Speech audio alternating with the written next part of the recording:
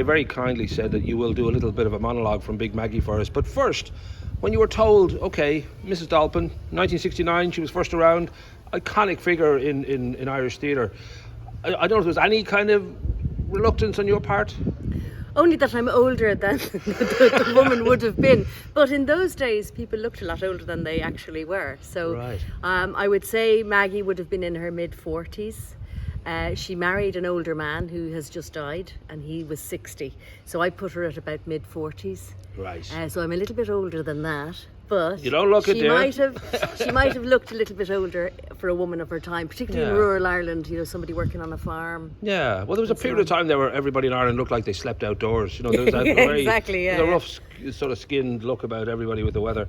So when it came to taking on, as I said, a very famous role, does one go back and try to, find old copies of earlier productions? Do you sort of feel, well, no, this is something I need to just work from the text and work from what we're going to do with it, rather than try to worry about, this actress did this part this way? And well, everybody has their own process, but I kind of want to do page to stage. So I read the script and I try and figure out what the writer wanted from the character, rather than copying other people and what they have done.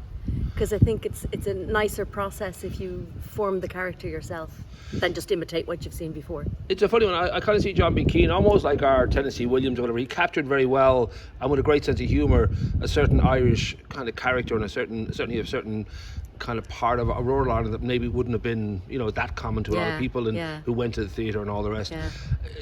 The fact that it sort of has been around for so long, it's a great testament to his work that people still not only find it funny, which is great, but they find there's a lot of insight in there, a lot of kind of poignant. Yeah, absolutely. And he was an amazing writer, and I met his wife once actually. Went into the pub down in Listowel. Yeah, lovely woman. Obviously she's dead now, but a few years ago.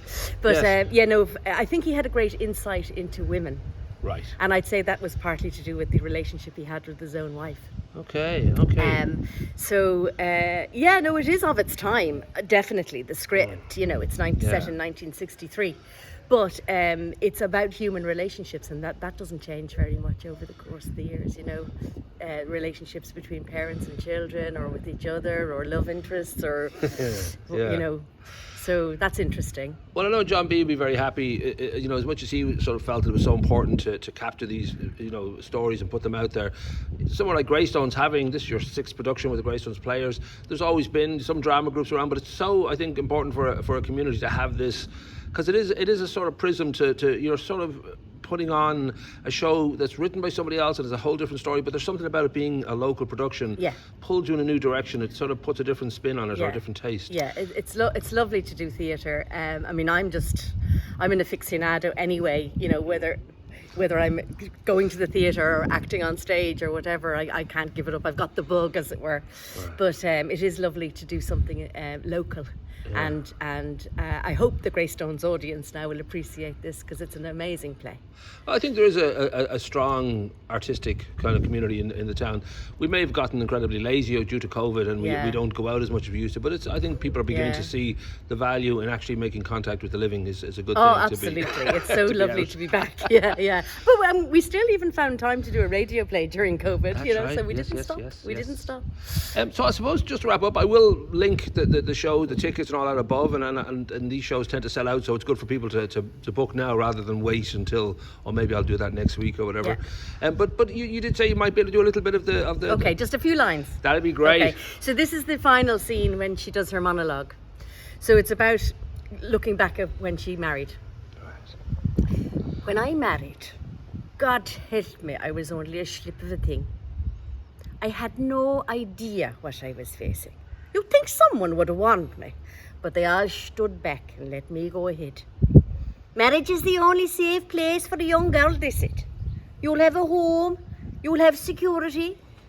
My marriage was a lifelong battle, with me always on the defensive and my husband trying to bend my will right from the beginning.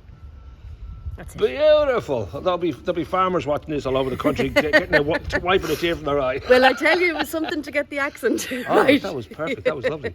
Well, good luck with this. As I said, we'll put the link up above, and as I said, people should sort of book early rather than late, because thank you so always a much. good show. Thanks so much, Cheers. Paul.